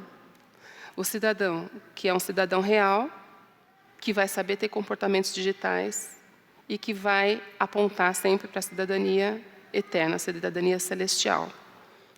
E ter sempre esse compromisso de Mateus 28:19 na cabeça. Que Ele nos deixou um comando, e esse comando tem que ser o nosso primeiro compromisso de vida. Aqui estão meus contatos. Eu respondo WhatsApp, não é um robô ainda. E e-mail também ainda não é um robô. Sou eu ou alguém que trabalha comigo. Mas fiquem super à vontade, porque esse assunto traz muitas dúvidas. E eu respondo, gente, todas elas. Mas eu realmente desejo que vocês tenham uma oportunidade de pensar a criação de filhos em ambientes digitais e como esse repensar da vida digital pode aproximar mais você do seu filho ainda, quando vocês se perceberem obrigados a sentar e ter que planejar essa vivência para ser uma vivência realmente segura e produtiva. Obrigada. Muito obrigado, Kika. A gente tem mais alguns minutos ainda. Eu quero abrir para perguntas. Tem alguém que tem alguma pergunta? Eu recebi algumas aqui no WhatsApp, mas tem alguém aqui ao vivo? Não? Posso ir para cá? Fazer as daqui depois. Para que fazer ao vivo se tem WhatsApp? Está tão fácil, né? Fale. Como evitar que o não seja tão atrativo? Que o não seja o quê? Tão atrativo. Você fala, não pode isso para a criança, parece que ela quer mais. Não tem, porque é ser humano, gente. Quando você fala não, isso está automático. Né? Se eu disser assim, não olha para o lado. Qual é a primeira reação que você tem? Olhar para o lado. Né? Não olha para o lado agora. Olha, mas vou te falar. Pronto, já olhou, já era. Eu acredito em diálogos, porque essa geração é uma geração digital. Digital é esse impulso. Vai e volta, vai e volta, vai e volta. Né? Nós fomos analógicos. O impulso vinha do pai para nós e acabava ali. É um impulso elétrico. Esse movimento de vai e volta é como a gente tem vivido a comunicação como um todo. Não se admite mais você entrar no Facebook, fazer um post, ninguém comentar e ninguém curtir. Você vai direto para o antidepressivo. Ninguém vai comentar. Eu pus a foto, me maquiei, ninguém vai falar. Eu falei, coloquei um versículo lindo, ninguém falou nada. Isso acontece conosco, com os adultos. Então, não tem como você permitir um não para quem está programado para não. Por quê? Por que não? Mas quando? Mas como? Porque precisa ter uma resposta, precisa ter um fim, precisa ter um desfecho. Né? Então, o não, ele sempre vai ser atrativo. Agora, existem nãos que são nãos, pronto e acabou. Eu fui criada, minha mãe era filha de austríaco, né? Então, quando vinha um não, pronto e acabou, o não, pronto e acabou é o seguinte: a vida é feita de fases. Um game é feito de fases. Você não consegue chegar no final do game sem passar por todas as fases. Essa não é a fase. E acredite em mim, se você tentar queimar a etapa, você vai se dar mal, assim como você se dá mal num game. Então, não é um não, mas é uma explicação. Eles merecem uma explicação. Por que o não? Agora, em último caso, quem é a autoridade? Nós. Eu tenho visto muitos pais, você trabalha mais com pais do que eu, talvez, que se veem reféns de algumas coisas. É muito triste essa relação de refém com os filhos, deles nos fazerem reféns dentro da nossa própria casa. Não foi para isso que Deus nos deu como os filhos, para que nós cuidássemos deles. Foi para que nós fôssemos autoridades. Mas eu tenho muitos pais que ficam reféns. Mas se eu fizer isso, vai surtar. Olha, eu vou te falar, vai surtar. Não tem outra coisa para falar, não. Mas é melhor surtar assim do que ter que trocar 9 vezes de escola durante o ano. Porque fez um nude, mandou para o namorado que era apaixonado por ela, o namorado espalhou para a escola inteira, e aí cada vez que ela chega numa escola, alguém vai lá e procura o nome dela na internet e acha os nudes que estão lá. Que a Polícia Federal já mandou apagar, mas está lá em algum cantinho. Então é melhor um não agora, dito em amor, que pode se tomar um lanche depois junto, um sorvete junto, do que esse desespero.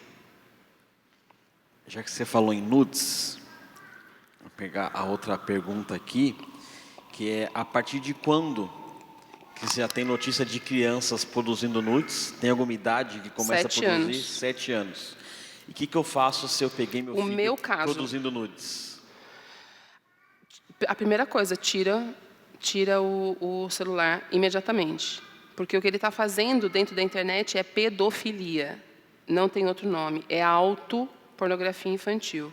E o adulto, que é o que eu falei anteriormente, dono do celular, CPF, ele é o responsável por aquela produção, aquela transmissão, aquele armazenamento. Nessas forças-tarefas que acontecem da Polícia Federal, eles perdem muito tempo em situações assim, de crianças. Eu tenho uma escola em Alphaville, uma escola que é minha cliente, em que o avô foi chamado nessa circunstância. O avô. Porque o avô comprou, o avô paga o chip e a menina fazia muita produção de autopornografia infantil. Então, a primeira coisa é tirar e estancar aquilo. E procurar a Delegacia Especializada da Mulher para que eles possam abrir um procedimento de investigação de quem está na outra ponta. É muito difícil chegar na outra ponta. Está gravando ou não? Que isso eu vou falar entre amigos. Dá uma pausa aí. Pode cortar. Quem não veio, perdeu. Mais alguma pergunta? Não? Tranquilo? Ou apavorados? Eu estou vendo a irmã ali. A irmã vai sair daqui e vai passar na Universal para fazer a campanha dos... Mas, gente, no finalzinho, eu dei um endereçamento de que vocês têm 3 etapas a cumprir, eles são de casa mesmo. E vocês vão experimentar um relacionamento, e eu estou falando isso porque eu ouço isso de outros pais. Meu filho passou a me consultar sobre várias questões. Meu filho veio me dizer que tem tido muita angústia e pensamentos depressivos, não depressão propriamente dita, por causa de um outro colega que está passando pelo problema de cyberbullying ou de abuso virtual. Né? Essa mãe que me ligou, a menina estava lá já fazia quase 3 meses. Um cara se apresentou para ela no WhatsApp: você é linda, maravilhosa, tal, vou te mandar uma foto, que óbvio que não é ele. E quero namorar você, vou te encontrar, não consegui chegar, a gente se marca outro dia. Nossa, o Uber atrasou. Estou doido para te ver, assim, assim, assado. E ela foi. Aí ele começou a chantageá-la e até o momento que ela falou: olha, ou eu conto para você, mãe, ou eu me mato, porque eu não aguento mais. Então, a gente tem esses 3 passos. E vocês vão experimentar um relacionamento bem positivo. Vão experimentar os gremlins estribuchando em casa. Mas isso não dura muito tempo. Porque quando vocês se apontam e se apresentam como uma autoridade confiável e acessível, vocês passam a valer aquilo que Deus espera que a gente valha para os filhos. A gente vai encerrar. Vamos lembrar, dar um resuminho, que a internet propõe relacionamentos. E o principal relacionamento que seu filho tem que ter é com você. Se você não ensinar as coisas para eles, alguém vai. Que ele aprenda as coisas com você. Que o primeiro papo que ele tenha sobre qualquer assunto seja com você. Por mais desconfortável que seja. Por mais desconfortável que seja. Se tiver dificuldade, já aconteceu isso comigo, tá? Não porque o Joaquim não fala ainda, mas aconteceu assim: Bruno, meu filho está sobre tal assunto, não sei o que falar. Eu te ajudo a você falar com ele, mas que tudo que ele venha saber de você primeiro. Não espere qualquer outra pessoa, em qualquer outro meio, ser o primeiro a falar com ele sobre qualquer assunto. Fique aberto, gaste tempo do seu dia, na sua semana, em conversar com seus filhos sobre tudo. Se a gente conversa sobre tudo, cada hora vai vir uma coisa diferente na internet, eles vão estar blindados, né? Teve a baleia azul, né? Baleia azul, a Momo, vão vir tantas enfim, outras coisas. Né? Cada hora tem uma coisa diferente. Se você senta e conversa com seu filho, vai ser só mais uma besteira diferente que ele vai ver, tipo assim: isso aqui meu pai já me falou, isso aqui eu posso falar com meu pai, já era. Muito obrigado, Kika. Eu que agradeço. Deus abençoe muito a sua vida. Amém. Eu queria acabar a gente orando, e depois a gente está despedido, tá bom? Deus, muito obrigado por essa noite, obrigado por tudo que a gente ouviu aqui, Deus. Eu quero te pedir agora por esses pais que estão aqui, essas mães, Deus, que o Senhor possa dar sabedoria agora para eles voltarem para casa e talvez começarem um relacionamento mais profundo com seus filhos, talvez terem sabedoria para estabelecer as regras dos usos. Deus, nos dá as estratégias certinhas, nos dá o jeito certo de alcançarmos o coração dos nossos filhos, Deus. Que eles se sintam à vontade para conversar conosco, a gente encontre maneiras de nos relacionarmos com Ele, Deus, e que as influências do mundo sejam só influências fracas que não atinjam o coração deles, porque a gente se preocupou, Deus, em ser uma influência positiva e influenciar com as Tuas verdades também, Deus. nos abençoe a Kika também, na volta para casa, no trabalho dela, ela como mãe também, Deus. E nesse ministério que ela tem levantado de ensinar outros pais, outras organizações, Deus, em como ser saudável nesse uso. Em nome de Jesus, amém. Amém.